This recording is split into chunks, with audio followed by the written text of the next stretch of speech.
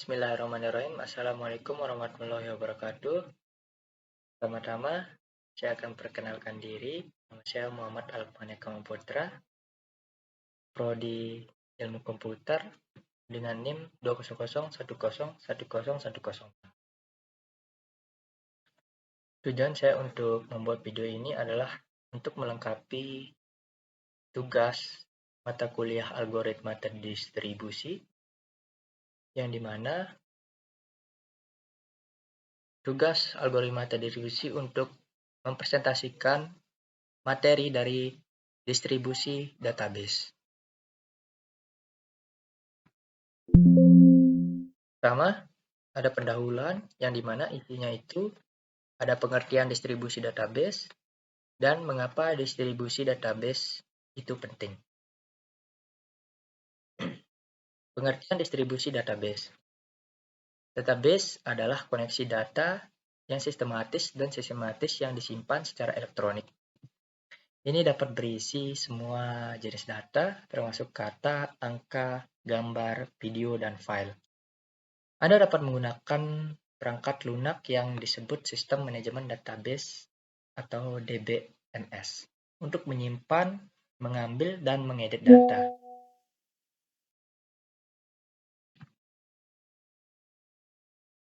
Yang dimana distribusi database itu adalah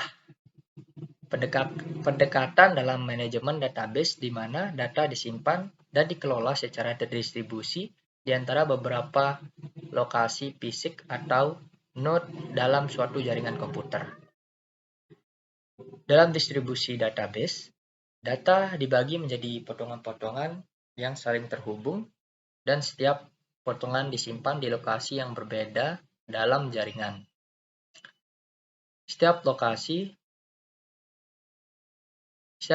dapat memiliki satu atau dua node yang bertanggung jawab atas penyimpanan, pengelolaan, dan akses data keseluruhan.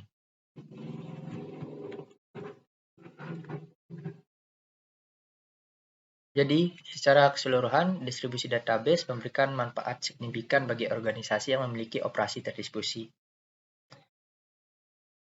Dengan memanfaatkan teknologi dan konsep distribusi database yang tepat.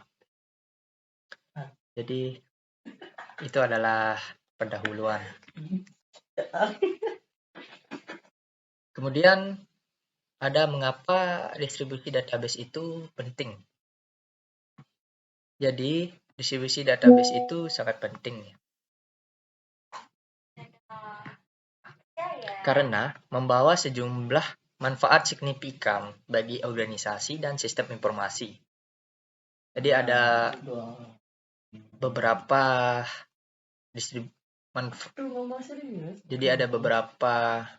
yang pertama itu ada beberapa alasan mengapa distribusi database itu sangat penting. Yang pertama itu kinerja yang lebih baik. Ini WA nih. Mute dulu. Jadi yang pertama itu kinerja menjadi lebih baik. Kenapa kinerja menjadi lebih baik? Karena dengan mendistribusikan data ke beberapa lokasi atau server, beban kerja dapat didistribusikan secara merata. Jadi hal ini, yang pertama itu ada kinerja yang lebih baik. Mengapa kinerja menjadi lebih baik? Karena hal ini dapat memungkinkan pemrosesan paralel dan mempercepat waktu respons dalam pemrosesan query dan transaksi. Distribusi database juga mengurangi latensi jaringan karena data tersedia lebih dekat dengan penggunaan atau aplikasi yang membutuhkannya. Yang kedua itu ada skabilitasnya yang meningkat. Itu artinya yang dimana dalam lingkungan distribusi database ini, misalnya itu organisasi itu dapat dengan mudah menambahkan lebih banyak node atau server saat kebutuhan akan penyimpanan dan pemrosesan data meningkat. Jadi distribusi database memungkinkan skalabilitas horizontal dengan menambahkan lebih banyak server ke dalam infrastruktur sehingga sistem dapat menangani pertumbuhan data yang besar dengan tetap menjaga performa yang optimal. Jadi itu untuk skalabilitas. Kemudian itu ada ketersediaan data yang tinggi. Dengan replikasi data dalam distribusi database, salinan data disimpan di beberapa lokasi atau server. Jika terjadi kegagalan pada satu node, data masih tersedia dari salinan di node lainnya. Ini meningkatkan ketersediaan data dan memastikan bahwa sistem tetap itu toleransi kesalahan. Distribusi database dapat menyediakan toleransi kesalahan yang lebih baik. Jika satu node mengalami kegagalan atau gangguan, data tetap dapat diakses dan diproses melalui node lain yang masih beroperasi. Dengan replikasi data, sistem dapat mendeteksi dan mengatasi kegagalan secara otomatis, menjaga integritas data, dan memastikan kontinuitas operasional. Ya, untuk mempersingkat waktu, yang kelima, keenam itu penyebaran geografis dan keandalan dan keamanan. Jadi kesimpulannya itu, dengan mengadopsi distribusi database, organisasi dapat memanfaatkan kinerja yang lebih baik, meningkatkan kesediaan data, menghadapi pertumbuhan skala yang besar, dan menjaga integritas data dalam skenario kegagalan. Jadi hal ini membantu meningkatkan efisiensi operasional, pengambilan keputusan yang lebih baik, dan memberikan pengalaman pengguna. Jadi itu mengapa distribusi database itu sangat penting. Kemudian ada manfaat distribusi database. Yang pertama itu meningkatkan kinerja, dua meningkatkan ketersediaan dan skalabilitas. Meningkatkan kinerja. Yang pertama meningkatkan kinerja. Distribusi database memungkinkan pemrosesan paralel dan penyebaran beban kerja secara merata di antara node-node yang terdistribusi. Hal ini menghasilkan peningkatan kinerja sistem secara keseluruhan dengan mengurangi latensi jaringan dan meningkatkan waktu respons dalam pemrosesan query dan transaksi. Kemudian yang kedua itu meningkatkan ketersediaan. Melalui replikasi data, distribusi database meningkatkan kesediaan data. Jika satu node mengalami kegagalan, data masih dapat diakses dari salinan data di node lain. Dengan demikian, organisasi dapat menjaga kontinuitas operasional dan memastikan data tetap tersedia bahkan dalam situasi kegagalan. Kemudian skalabilitas. Dalam skalabilitas itu, di mana jumlah data terus meningkat, sistem terdistribusi dapat dengan mudah menambahkan lebih banyak node atau server untuk meningkatkan kapasitas penyimpanan dan pemrosesan data. Oke, kita lanjut. Sekarang kita masuk ke arsitektur distribusi database. Ada beberapa, atau kita bisa hitung juga, itu ada 5. Yang pertama arsitektur client server. Maksudnya arsitektur client server. Kemudian ada arsitektur peer-to-peer. Yang ketiga arsitektur master-slave. Yang keempat arsitektur multi-master. Dan yang kelima arsitektur hybrid. Di slide selanjutnya itu akan dijelaskan apa itu arsitektur client server dan seterusnya. Oke. Kemudian ada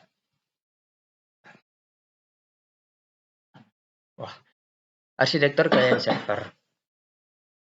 Jadi, ini adalah arsitektur yang umum digunakan dalam distribusi database. Dalam arsitektur ini terdapat satu atau beberapa server database yang berfungsi sebagai pusat data utama. Klien itu aplikasi atau pengguna mengirim permintaan query ke server database untuk memproses data. Server database menangani permintaan tersebut, memproses query, dan mengembalikan hasil kepada klien. Kemudian ada arsitektur peer-to-peer.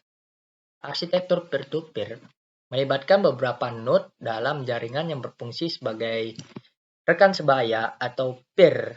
Setiap node dalam jaringan dapat bertindak sebagai klien dan server secara bersamaan. Data didistribusikan di antara node-node tersebut dan setiap node dapat melakukan pemrosesan query secara mandiri. Node-node ini saling berkomunikasi dan berbagi data untuk mencapai konsistensi.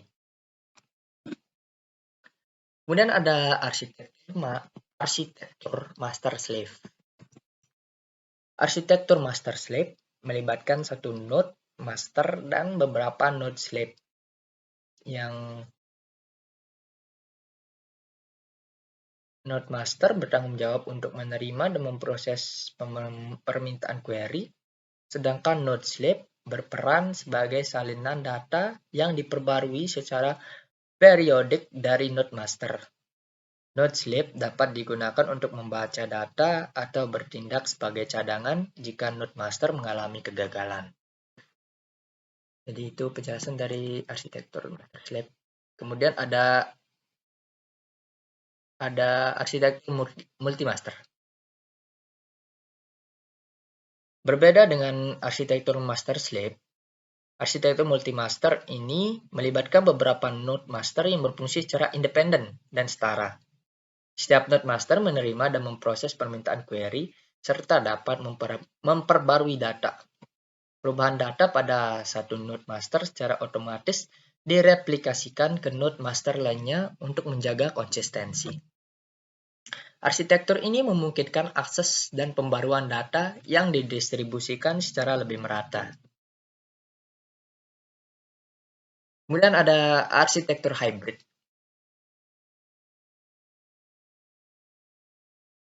Jadi, arsitektur hybrid itu adalah kombinasi dari beberapa arsitektur yang ada. Misalnya kombinasi antara arsitektur client server dengan replikasi data atau kombinasi dari antara arsitektur peer-to-peer dengan arsitektur master-slave. Jadi arsitektur ini digunakan untuk memenuhi kebutuhan dan tantangan yang spesifik dalam lingkungan distribusi database tertentu. Jadi arsitektur hybrid itu bisa kita kombinasi dengan beberapa arsitektur lainnya.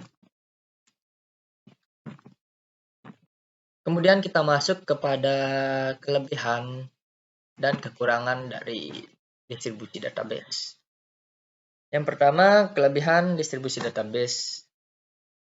Mungkin saya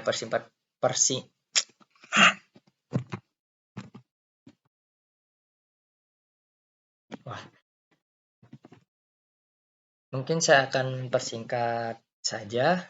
Saya akan sebutkan kelebihannya aja tanpa menjelaskan itu. Jadi yang pertama itu kinerja yang lebih baik, skalabilitas yang tinggi, ketersediaan data yang tinggi, toleransi kesalahan, penyebaran geografis, dan efisiensi pemanfaatan sumber daya. Jadi itu adalah kelebihan dari distribusi database. Kalau ada kelebihan itu pasti ada kekurangan kan? Jadi kekurangannya itu adalah kekurangan distribusi database itu ada kompleksitas pengelolaan, biaya yang lebih tinggi, masalah konsistensi, kesulitan pemulihan kegagalan yang kompleks, konflik replikasi data, serta dampak jaringan yang buruk. Itu beberapa kekurangan dari distribusi database.